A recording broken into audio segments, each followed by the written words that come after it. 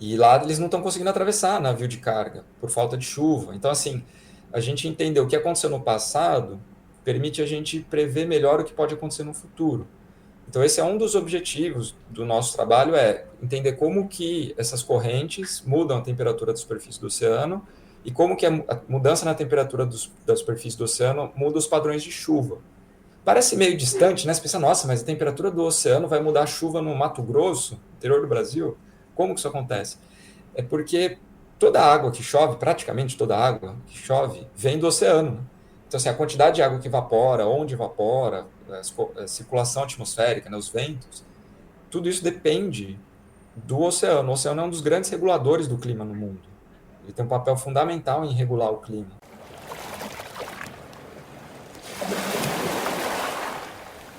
Oi, eu sou Marina Guedes e esse é o Maré Sonora, o seu podcast para navegar em conversas muito inspiradoras e de vez em quando divertidas também. Sejam muito bem-vindos ao episódio número 151 aqui do podcast Maré Sonora. E hoje o convidado vai falar sobre um assunto muito legal. Maré Sonora também abre espaço para a ciência, para as trajetórias de pesquisadores e cientistas, mostrando os desafios, né, a empreitada de fazer ciência, tentando levar aos ouvintes que não são necessariamente pesquisadores ou cientistas e aproximando, né, a ciência da comunidade geral, assim, para mostrar quão importante é essa atividade, mesmo que às vezes pareça tão técnica e difícil de compreender. Então, hoje as boas-vindas são para o Vinícius Ribal Mendes. Ele é geólogo, pesquisador e professor do Instituto do Mar na Universidade Unifesp, Universidade Federal de São Paulo. Vinícius, obrigada por topar participar e seja super bem-vindo aqui ao Maré Sonora. Oi, Marina, eu que agradeço muito o convite. É um prazer estar aqui no Maré Sonora falando com vocês um pouquinho dessa paixão que eu tenho pelo oceano também. E eu que agradeço o convite. É sempre bom poder falar com pessoas de fora da academia. Gosto muito, agradeço o convite. A primeira vez que eu vi um pouco do seu trabalho me chamou a atenção a sua idade, né? Você é novo, super novo, já é professor universitário. Fala um pouquinho como é que você entrou na academia, nessa área para pesquisa. Conta um pouquinho da sua trajetória. Ah, bom, primeiro obrigado. Acho que eu nem sou mais tão novo assim, mas estou dando essa impressão, tá bom? É, eu brinco que eu nasci geólogo já, né? Desde criança eu sempre gostei de pedra, de ficar olhando para a areia, assim, cada grãozinho. E aí depois de acabar o colegial, né? Na minha época ainda chamava colegial, eu fui para a faculdade de geologia na USP. E aí ainda durante o curso eu descobri um prazer muito grande pelo ensino, pela docência. Eu gostava muito de explicar as coisas. E aí eu comecei a fazer iniciação científica, comecei a gostar também da pesquisa. E aí eu falei, bom, lá pelo quarto ano de faculdade, são 5 anos de geologia, né? Eu falei, ah, nossa, quero seguir essa carreira, né? Dar aula, fazer pesquisa. Aí fiz mestrado, doutorado e pós-doutorado também. Aí durante o pós-doutorado eu passei num concurso aqui para a Universidade Federal de São Paulo. Então, bem resumidamente, foi essa trajetória. Eu vi um material que você falava que você chegou a pensar em trabalhar na terra, né? Que você fazia um pouquinho de cultivo, para ter essa história. Acho que é agro. Deixa eu ver aqui a palavra que eu esqueci agora, mas. Agrofloresta, uma a- agrofloresta. Agrofloresta, exatamente. Como é que foi essa É. transição de você desencanar e ir para geologia? Como é que foi isso? Na verdade, assim, a transição ia ser para para agroecologia, porque depois que eu Ah, acabei o doutorado, eu prestei um concurso e, infelizmente, algumas vezes não é a regra, mas algumas vezes acontece de ter uns concursos meio carta marcada, assim. E eu fui num desses, assim, eu antecipei meu doutorado para acabar logo, para poder prestar. E foi muito carta marcada, assim, foi arranjado, né? E aí eu fiquei decepcionado. Eu falei, poxa, não sei se eu quero isso, né? Aí eu me afastei por uns 6 meses, assim, eu fui fazer outra coisa. Meus pais têm um terreno no interior, eu fui lá, comecei a plantar e tal. Mas aí esfriei a cabeça, voltei para o pós-doutorado. É uma coisa que eu tenho muita paixão, né? Então, depois que acalmou um pouco os ânimos, assim, eu voltei. Mas ainda planto em casa, assim, tem um quintalzinho pequeno, mas tem lá bananeira, um pé de cacau, jabuticaba, maracujá, mandioca, milho. Que beleza, que ótimo. Cacau, olha só, que legal. Tô aqui no litoral, o cacau vai bem. Eu ia te perguntar exatamente isso. Tá falando de Santos agora? Onde é que você tá no momento? Isso, a Unifesp ela tem várias unidades, mas o Instituto do Mar fica em Santos. E aí eu moro no Guarujá, venho de bicicleta todo dia aqui para Santos. Olha, quanto tempo travessia, né? De casa ao trabalho, geralmente, de bike? Dá uma hora mais ou menos, uma hora. E o É bem Instituto do... gostoso. Tem ciclovia. Oi, desculpa. Tem ciclovia, é bem gostoso o caminho. Vinícius, o Instituto do Mar, ele é recente dentro da universidade? Ele surgiu como Departamento de Ciências do Mar dentro de um instituto que já existia, que é o Instituto de Saúde e Sociedade. Isso já tem 11 anos. Aí, 3 anos atrás, a gente virou instituto. Então, oficialmente como instituto, ele é bem novo, mas a gente já se entende como instituto há uns 10 anos. Legal. E um dos temas, assim, acho que na verdade o tema central do nosso bate-papo, que eu pensei em abordar contigo, é justamente uma viagem que você fez a bordo de uma embarcação francesa, um trabalho entre Brasil e França, envolvendo diversas universidades. Super interessante que vocês foram de avião, né? Brasil até Suriname. Me corrija se eu estiver falando bobagem, tá? Tá aí perfeito. Me interrompe se for necessário. Pode deixar. Então saíram do Suriname, passaram pela Guiana Francesa, chegaram até o Recife, Exatamente. numa viagem de um pouco mais de 20 dias. Como é que você foi parar nessa embarcação? Como é que você chegou lá? Tá, aí a gente tem que voltar um pouquinho mais no tempo. Eu, bom, sou geólogo, né, mas eu sempre me interessei por uma área da geologia que é chamada de sedimentologia, que estuda os sedimentos, que é nada mais que areia, argila, lama, esses fragmentos aí de rochas. E a gente consegue contar um monte de história a partir daí, né? E dentro dessa área, lá no final da graduação, já comecei a me interessar muito por mudanças climáticas. E aí eu fui tentando um jeito de juntar essas duas coisas, né? Como que a partir dos sedimentos a gente conseguia estudar as mudanças climáticas. Então, no meu mestrado eu fiz um pouco isso com dunas costeiras, assim como que a mudança do regime de vento e de chuva afetava essas dunas.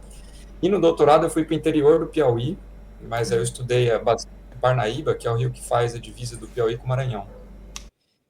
E aí, no meu doutorado, eu comecei a estudar um testemunho marinho que foi coletado na foz do rio Parnaíba. O que é testemunho marinho? Né? É um tubo de metal que é cravado no leito do oceano. E por que a gente gosta disso? Né? Por que isso é legal? Porque no fundo do oceano, as camadas de sedimento, dessa argila, vai se acumulando bem devagarzinho e sem parar, não tem interrupção. Isso vai registrando uma história da Terra. Eu brinco que é o diário da Terra. Então, cada camadinha ali é uma página. Né? E por que a gente pega perto do rio? Porque perto do rio tem material que vem do continente, trazido pelo rio.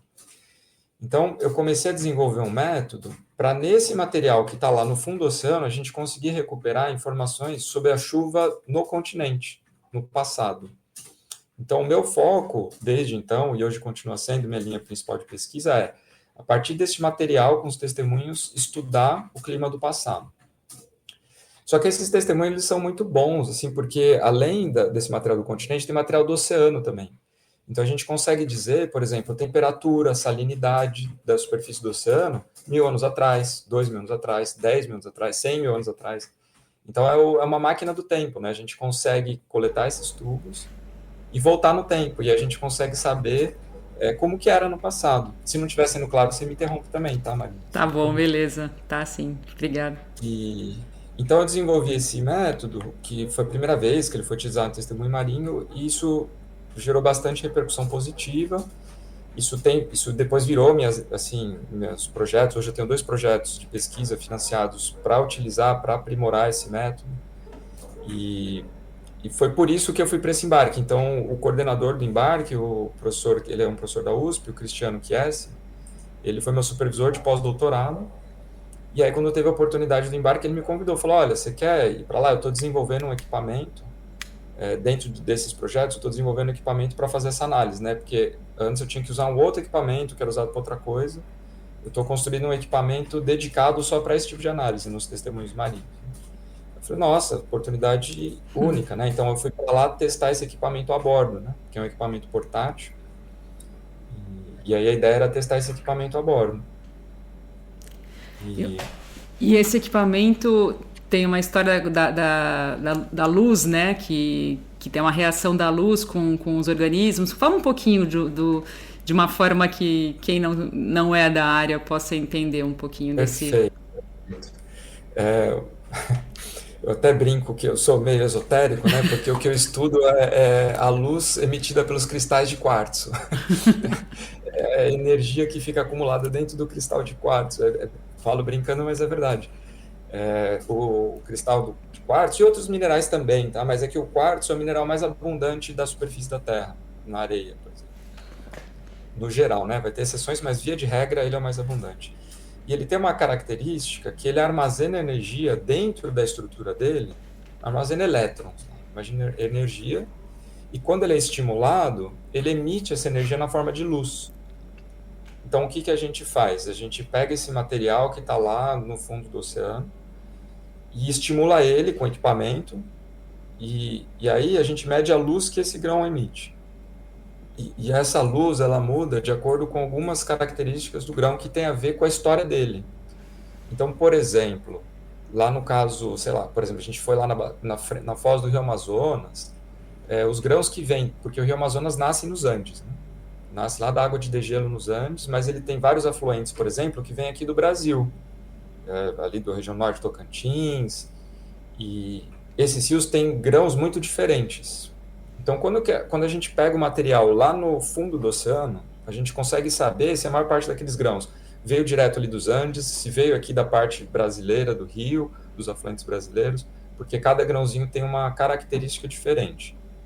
E a proporção entre eles geralmente está relacionada com as variações de chuva. Então, a chuva vai mudando em cima da bacia, imagina assim, para quem nunca viu a imagem, depois procura a imagem da bacia amazônica, que é monstruosa, assim, é gigantesca. E aí, quando a chuva muda, ela muda também a posição. Então, por exemplo, se ela está mais concentrada na região dos Andes, vai chegar mais sedimento, mais grãozinho lá dos Andes. Se ela está mais aqui para sul, vai chegar mais sedimento do Brasil. E aí tem todo um contexto climático mais complexo, estou simplificando aqui, né? Mas assim, o que a gente mede, na verdade, é muito simples, é essa luz que o grão emite. E essa é uma das belezas do método, é um método simples de aplicar. A gente tem outros métodos capazes de fazer coisas semelhantes, mas eles são muito mais complexos, então são mais caros e mais demorados, né? E aí a nossa proposta é justamente de ter um método que é mais simples, mais barato, mais rápido. Nessa expedição, Vinícius, que vocês ficaram quase um mês, né, um pouquinho menos de um mês, você falava francês? Você fala inglês, eu imagino, mas francês também? Como é que é o teu domínio dessa língua? Não, francês eu só sabia falar que eu não sabia falar francês, em francês. Mas fiquei com vontade de aprender depois, porque depois de 20 dias de convivência ali eu comecei a entender algumas coisas, sabe?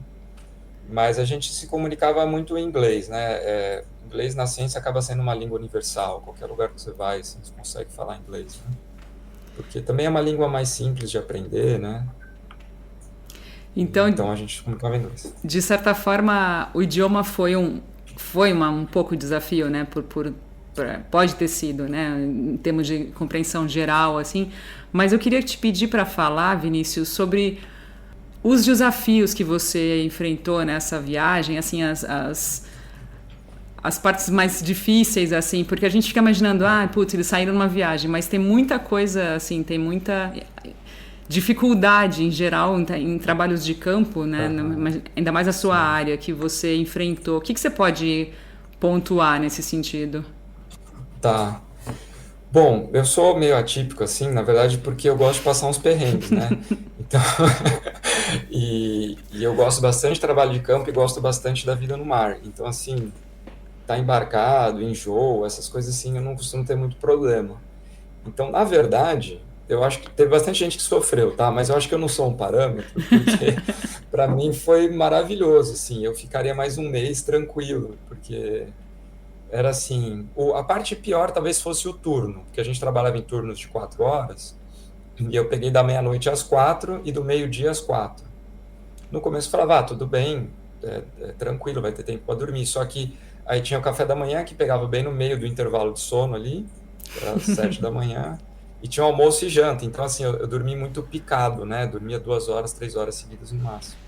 Acho que essa foi a pior parte, mas assim, eu estava tão empolgado de estar montando meu equipamento ali, e assim, não deu tempo de eu terminar antes de ir, porque não, assim, esse cruzeiro era para ele ter acontecido muito antes.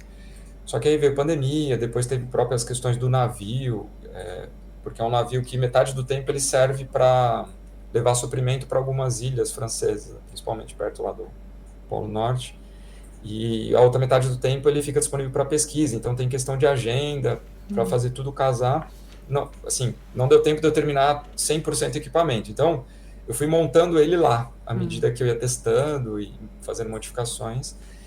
E tem um colega aqui, que é engenheiro mecatrônico, que estava me ajudando com a parte do software do equipamento.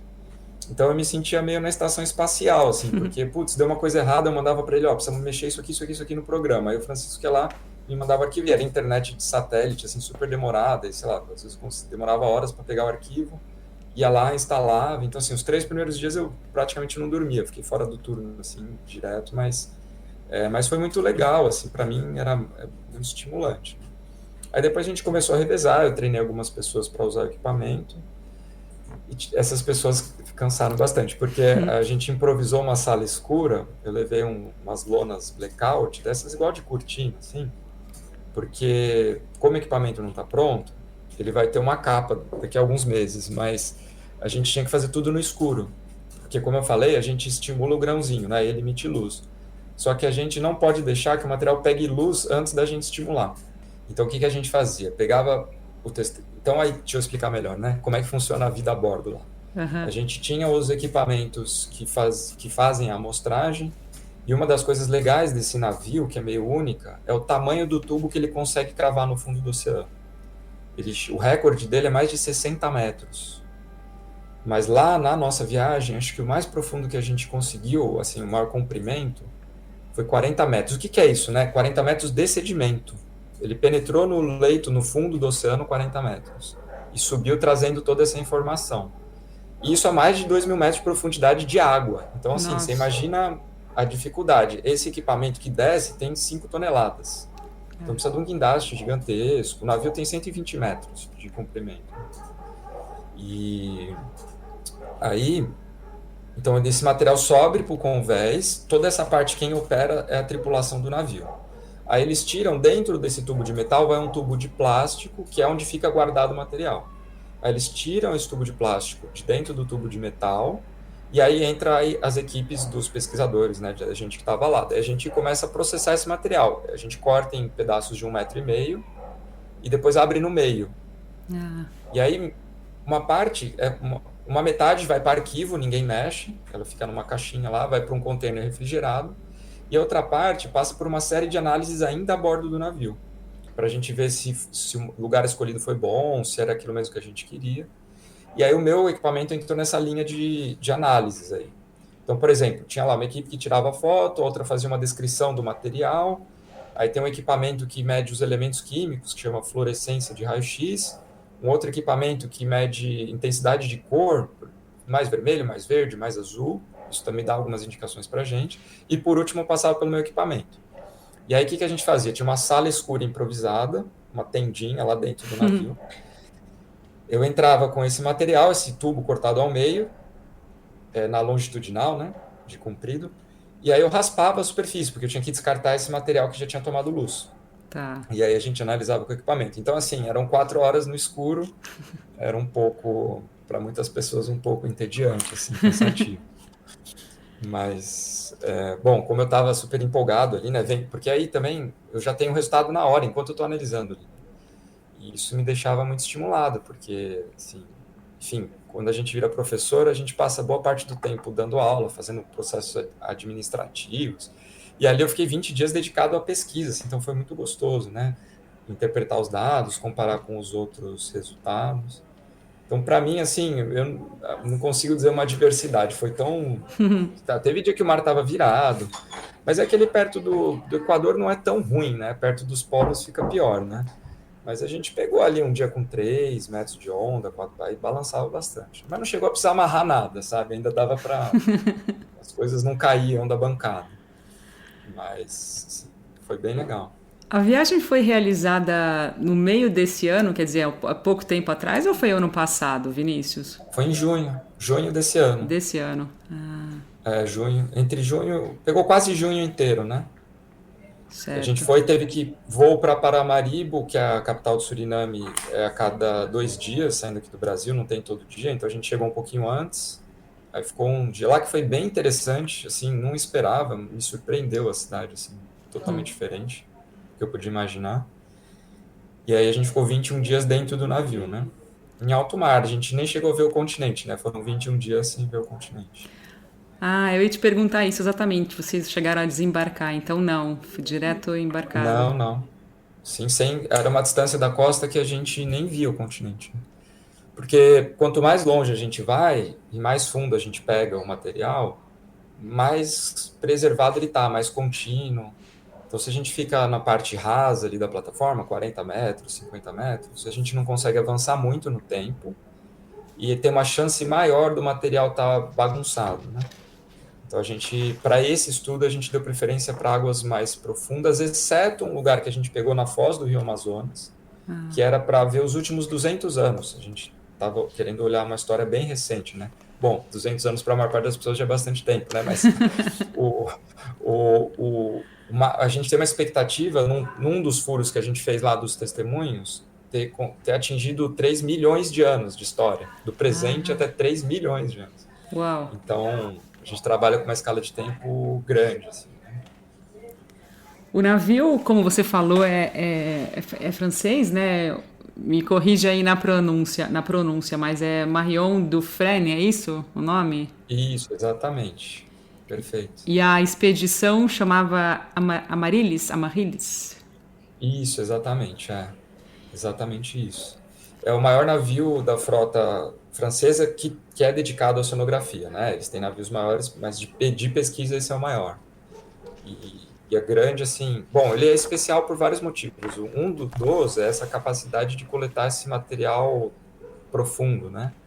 Mas aí, para isso, ele precisa de um sistema de posicionamento que é surpreendente, assim, porque imagina, ali a gente tinha onda, os ventos alisos, super forte ali, dava fácil 15 nós de vento, e ele tem que manter a posição perfeita, a posição geográfica dele ali, porque imagina, você desce um equipamento de 5 toneladas que vai cravar no fundo do oceano, você não pode sair do lugar, senão entorta tudo, quebra. Então ele tem um sistema de posicionamento por GPS, um supercomputador lá enorme, que fica calculando com base na velocidade de vento, com base no dado do GPS, dado de onda, ele fica calculando a posição, e aí ele tem 2 motores de popa, que são elétricos, gigante, né, mas elétrico, e ele tem um thruster, que é no meio dele, assim, um motor que vira de lado, né, que tem um movimento que consegue girar 360 graus, e aí ele consegue manter a posição. E aí a gente fez lá uma visita na casa de máquina, eles explicaram que justamente é elétrico, porque um motor a combustão você não consegue uma resposta tão rápida, porque, por exemplo, ele precisa virar para um lado, virar para o outro a hélice, e com o motor elétrico é muito mais fácil controlar isso. Então, ele tem um gerador, ele tem 4 geradores diesel, um tanque gigantesco, e eles usam o combustível para gerar energia elétrica que alimenta tudo no navio, né? Desde ar-condicionado, bombas, luz, os próprios motores. Então, o barco é movido a diesel, mas é para gerar energia elétrica, o que nem sempre é muito comum, assim.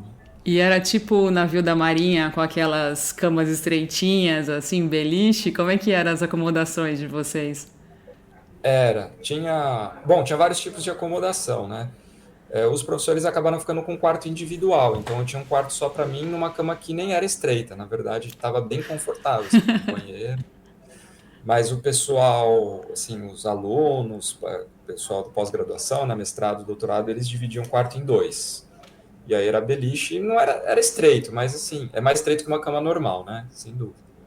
Eu lembro que Mas o Ari Rongel da Marinha, um dos que vai para a Antártica, eram 3, né? Então é aquela coisa Se dorme assim, né? Você Aham. não ouse virar para o lado que você bate o nariz, Sim. né?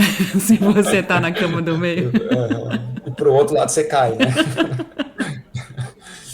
Não, eu tive a sorte de ficar com uma cama maior do que uma cama de solteiro comum, assim, tava bem confortável. A alimentação era muito boa.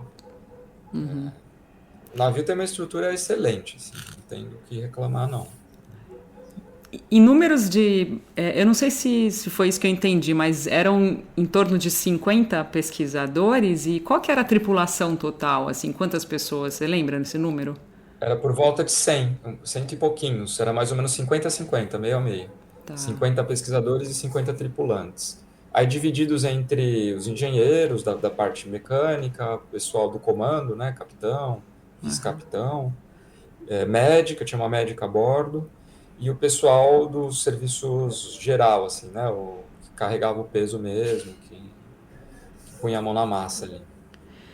Eu achei super interessante a possibilidade, a característica, na verdade, multidisciplinar, né, desse trabalho, porque vocês envolveram, né, Unifesp, USP, alunos, professores, e você tem feito trabalhos assim, né, Vinícius, que movimentam diversas cabeças pensantes, né? Não é uma coisa segmentada da USP ou da Unifesp. É muito legal essa comunicação entre instituições de ensino, de pesquisa. Ah, sem dúvida, isso é riquíssimo. E é uma das coisas que mais me cativa nessa área, essa área que a gente está, que é chamada de paleoclimatologia. Então, climatologia, estudo do clima, paleo é antigo, né? Paleontologia, estudo das bestas antigas. Eu gosto bastante de etimologia também, por isso que eu estou falando aqui. Então, essa área de paleoclimatologia, ela junta gente de muito. Porque assim, você imagina, só a diária desse navio, para ele estar ali na água boiando, 40 mil euros.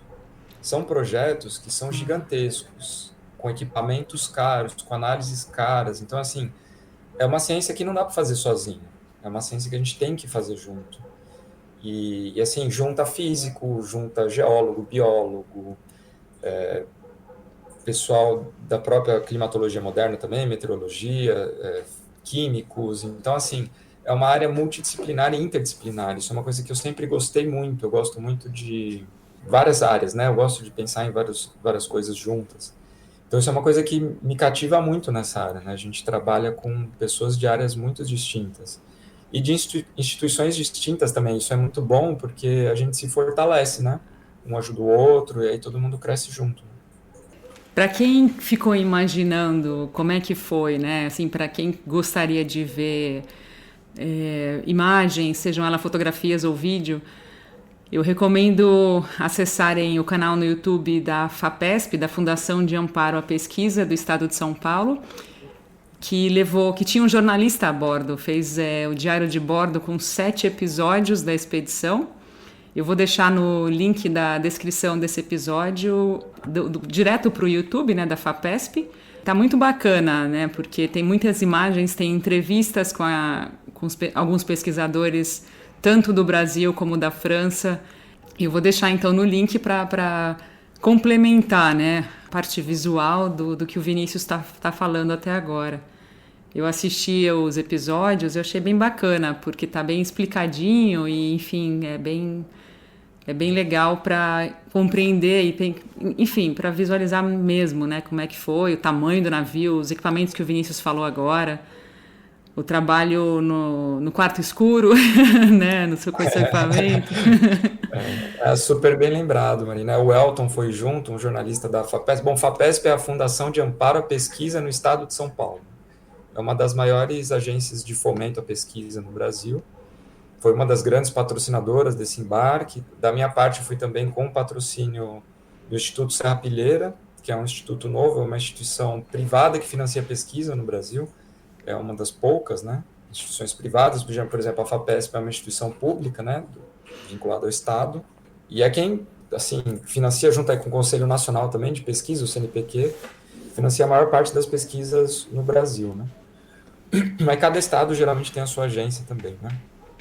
Mas é importante destacar, né, para as pessoas saberem de onde que vem costumo dizer que é um bom uso do imposto, né? Que, por exemplo, no caso da FAPESP é do ICMS, que vem uma parte da arrecadação, se não me engano, em torno de 10% do ICMS do Estado, vai para...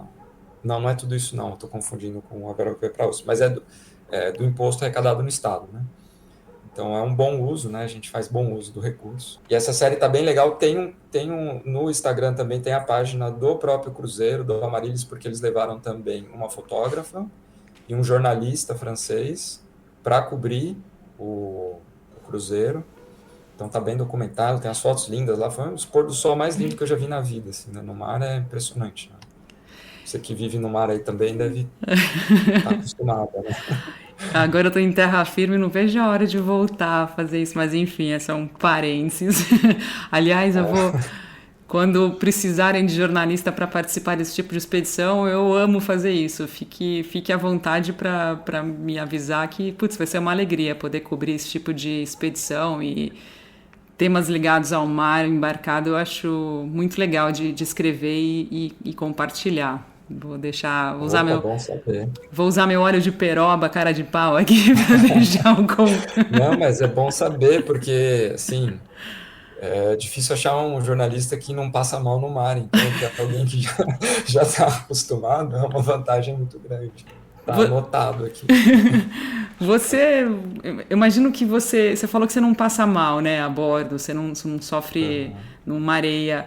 Inclusive, eu queria te perguntar sobre o navio Ciências do Mar 3. Ele está ligado à Unifesp. Como é que é essa embarcação? Eu fiquei com essa curiosidade. Esse é um projeto bem legal, esse navio é bem menor, né, mas ele é brasileiro, são 3, por isso Ciência do Mar 3, acho que vai sair o 4º em breve.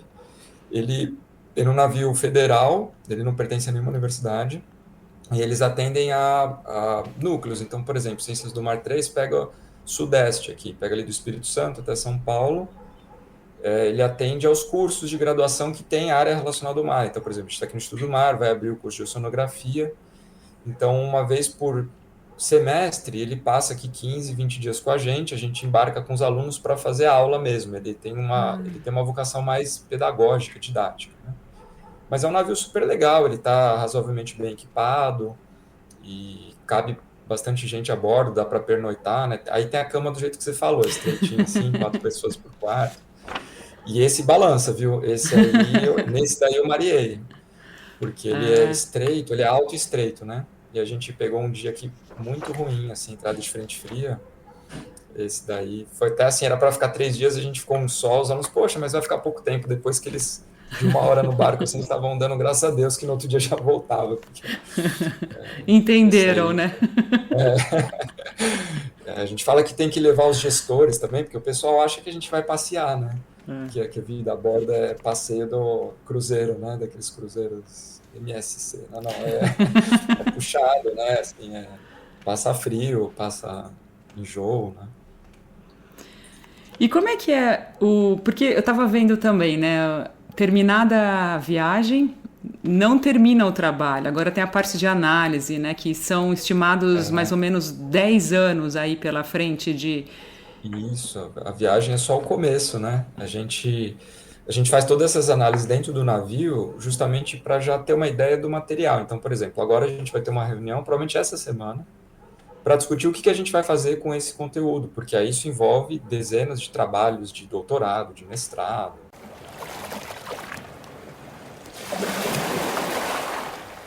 Bom, esse aqui é o episódio aberto dessa quinzena. Se você quiser chegar até o final e conferir tudo que a gente conversou, basta ser um apoiador ou apoiadora aqui do canal.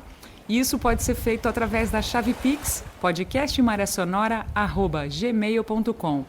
A sua contribuição pode ser no valor que você quiser, não tem limite mínimo ou máximo.